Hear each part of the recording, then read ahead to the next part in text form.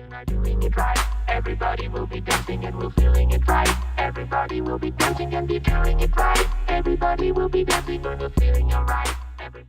Why, hello there everybody. Welcome to Mad Metal Guy Videos channel, where we're here bringing you tech reviews this video. So, let's get to it. As you may see by the video banner, this is a Corsair H80i review. I'm deciding to review this now because, yeah, it just seems right. I've had it for a few weeks. Now, I have to RMA mine because the Corsair link doesn't work, but the pump and everything, the cooler still works. It's just I can't connect it to Corsair link. It's defective on that aspect. So I'm gonna have to return it or RMA it, and that's in the works, but they're back ordered right now, so I have to wait. Alright guys, well, let's get to it. Okay guys, this review is going to have 3 parts: the system specs and configuration, of which I am testing the H80i, the pros, and where I talk about it, and the actual review part, the pros and cons, and the conclusion. So, let's start off with the system specs. So, here we go. My system specs are: the motherboard is an MSI 970A G46. This is a great motherboard. It does come with a 4+2 power phase design, which is bad, but it's not that bad. So, and the next one, or the CPU, is the FX 8350. And then I have the H80i for the cooler, of course. I have 8 gigabytes of DDR3 1600 MHz RAM dual channel kit. I have an EVGA GTX 660 Ti 2 gigabyte.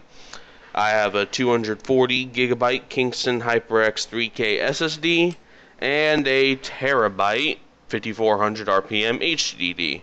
I also have a Corsair CX600M power supply. It's 80 plus bronze modular, and I have a Cougar solution for the case. So yeah, that's the system specs. Now we're going to talk about my configuration. So with the I have the H80i on the rear exhaust, but put it in push-pull. It's an exhaust, yes, but it still works really well even with exhaust. It would throw off my entire case to have it intake, so I didn't really do that. I have a fan on the top, pulling in air directly to it. I have a fan, 2 fans in the front, pulling in air for the rest of the components, and then the one exhaust with the H80i. But my graphics card does exhaust air out the back because it's a blower style fan. So yeah. Alright, now let's talk about the CPU configuration. I have it running on the motherboard, running it mostly auto, but I do have the block ratio set to 21 to get it to 4.2 gigahertz. I could go to 4.3, but I rather stay at 4.2. I'm safe with 4.2. It'd be stable at 4.3, but I just don't want to push it, you know. I've had crashes even at 4.4 gigahertz. So it's great. It's decent. It's just you can't overclock it too much on an H80i. I really hate to say it, but you can't. So yeah, it's at 4.2 gigahertz, and that's where it's going to stay. Alright, now let's get on to the third part, or not third part, my bad. Where the next part of the first part, which I talk about, the review part. Yeah. Alright, so let's talk about temperatures. Under idle, idling, I see it anywhere from 10 to 20. It's really good at 4.2 gigahertz. Basically, it hovers around 14, 15, 16, and if I'm browsing the web, it jumps up a little bit to the higher, closer to 20, but idling is usually around 10 to 20, which is great. And then under gaming load, I see it go into the 20s, but it doesn't really push it too far, as gaming's really GPU intensive anyway. So gaming is in the 20s, but it's not that bad. Editing, I actually see it jump into the high 20s, maybe a little bit farther, forever how long the video is. So it can jump a little higher, but still, it's awesome. It's a great cooler if you're not doing much of an overclock. So yeah. And my motherboard temps were getting a little high, but it's fine. So yeah, those are the temperatures. Now let's talk about sound. So when you first turn on your computer from being completely shut off, it will ramp up really fast, and then it'll slow down once your computer actually starts to turn on. But for the most part, I don't even hear this thing. Like, I really do not hear this thing at all. It's just, it's silent. Unless I'm actually video editing or rendering a video, I will not hear it. Even when gaming, I hear my GPU more than it. So, it's silent, it's nice, and yeah. Now let's move on to the pros and cons. So let's start with the pros. It has great cooling performance without an overclock. If you're just wanting to run stock speeds or even a slight overclock, it would be great. But yeah, easy to install, at least for AMD, because you can use the stock backplate. I really enjoyed how easy it was to install. I didn't have to do anything really, just latch it onto the stock cooler mount and done. Lots of compatibility areas, so it's compatible with a lot of different cases, and yeah, it's a great cooler. So yeah, it's compatible. Silent when idle, so it's very silent when it's idling. It's still silent when it's not too silent when it's doing a CPU load, like when the CPU is going crazy with video editing or live streaming, but it's still pretty silent compared to my old cooler, the stock one. So yeah. Now let's go on to cons.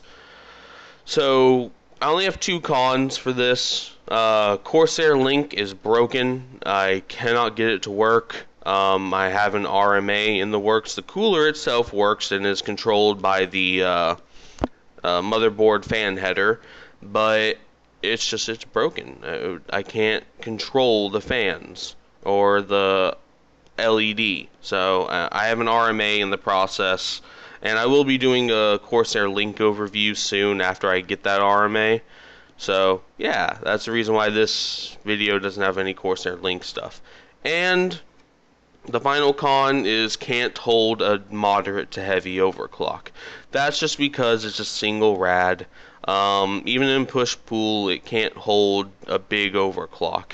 The max I could get this thing was 4.5 gigahertz, and it would boot, but it was a little unstable, and when I tried to do CPU-intensive tasks, it would blue screen. So it wasn't stable at 4.5. The max stable overclock I could get was 4.3, but that's about it.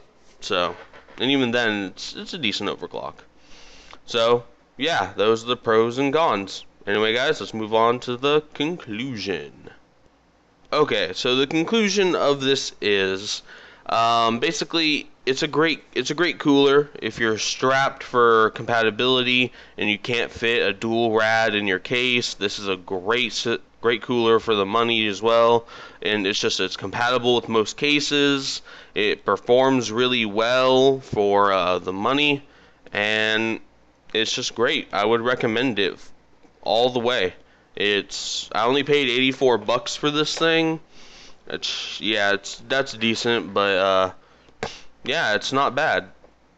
I can't complain with a 4.3 gigahertz overclock and keeping it in like the teens at most times for temperatures. So yeah, I would recommend this if you can get a good deal on it. I wouldn't really spend like $400 or over $100 on this cooler, but $84 was a decent price for it. And yeah, that's pretty much it for me. I give this the Mad Metal Guy medal reward. I don't fucking know. But yeah, I recommend this product for anyone who can't fit a dual rad in their case. If you're having compatibility issues with the H100i and you can fit an H80i, but you're considering that or something else, go with the H80i. It's awesome. Anyway, guys, I'll talk to you in the next one. Everybody will be dancing tonight, doing it right. Everybody will be dancing and we're feeling it right. Everybody will be dancing and be doing it right. Everybody will be dancing and we're feeling it right.